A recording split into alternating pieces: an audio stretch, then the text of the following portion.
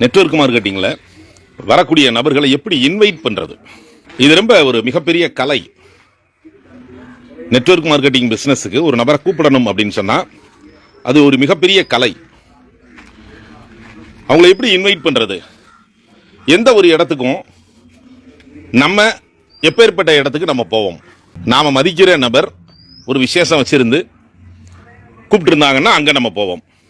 அப்போ first point எடுத்துக்கிட்டோம்னா, நம்ம எவ்வளவு தூரம் மதிப்பு கூட்டப்பட்ட நபராக இருக்கிறோமோ அதை பொறுத்து அவங்க வருவாங்க.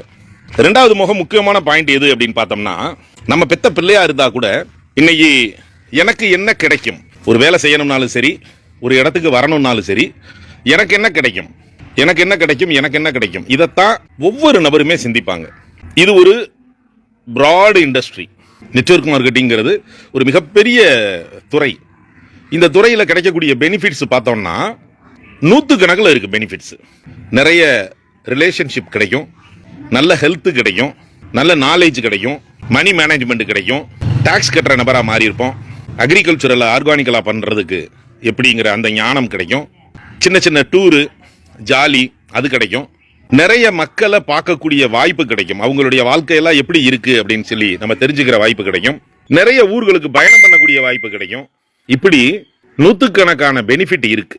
இந்த பெனிஃபிட்ல நம்ம யாரை அழைக்க போறோமோ அவங்களுக்கு என்ன தேவைப்படுது அப்படிங்கிறத கண்டுபிடிச்சு அது உங்களுக்கு கிடைக்கும் அப்படின்னு அவங்க மூளைக்குள்ள ஊடுருவி போற மாதிரி சொல்லணும்.